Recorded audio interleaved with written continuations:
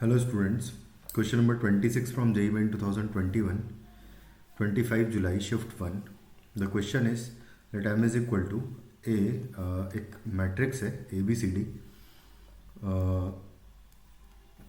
Where ABCD जो है वो हम लोग इस सेट से सिलेक्ट करेंगे जिसमें plus minus 3 plus minus 2 plus minus 1 and 0 है. Define f is from m to z as f of a is equal to determinant of a.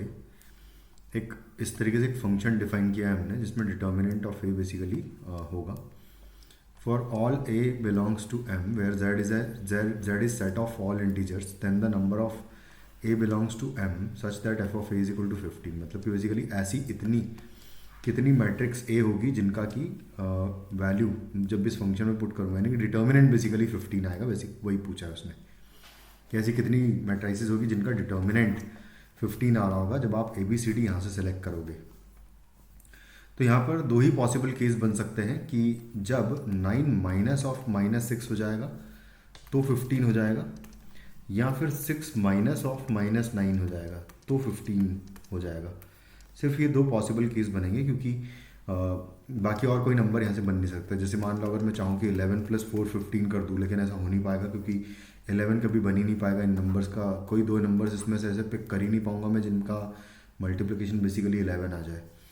तो इस वजह से दो ही पॉसिबल केस है. तो यहाँ से जो डिटर्मिनेंट ऑफ ए है उसका वैल्यू है AD माइनस BC है. तो जब केस 1 ले लें अगर, तो केस 1 में जब AD इज इक्वल टू 9 हो जाएगा and BC is equal to -6 हो जाएगा तो 15 सम आ जाएगा.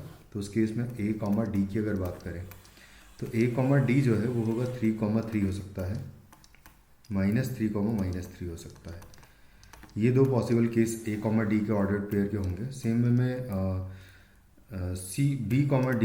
B, C की अगर बात करें तो B, C के केस में 2, -3 हो सकता है. प्रोडक्ट -6 होना चाहिए क्योंकि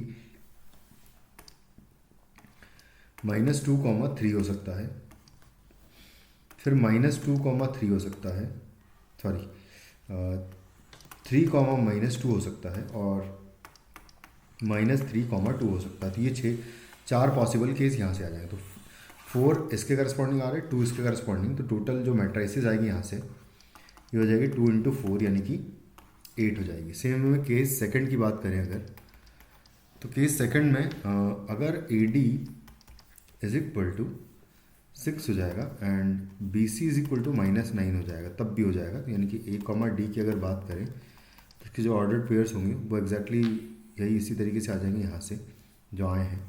तो -2, -3 हो सकता है, -3, -2 भी हो सकता है और सेम में 2, 3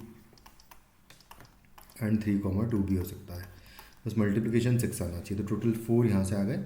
और बिल्कुल सिमिलर पैटर्न में B, C के जो ऑर्डर पेयर्स होंगे वो 3, -2 हो सकता है, -3 हो सकता है और -3, 3 हो सकता है. तो दो यहाँ से आ जाएंगे. तो 4 × 2 यहाँ से यानी कि 8 हो जाएगा.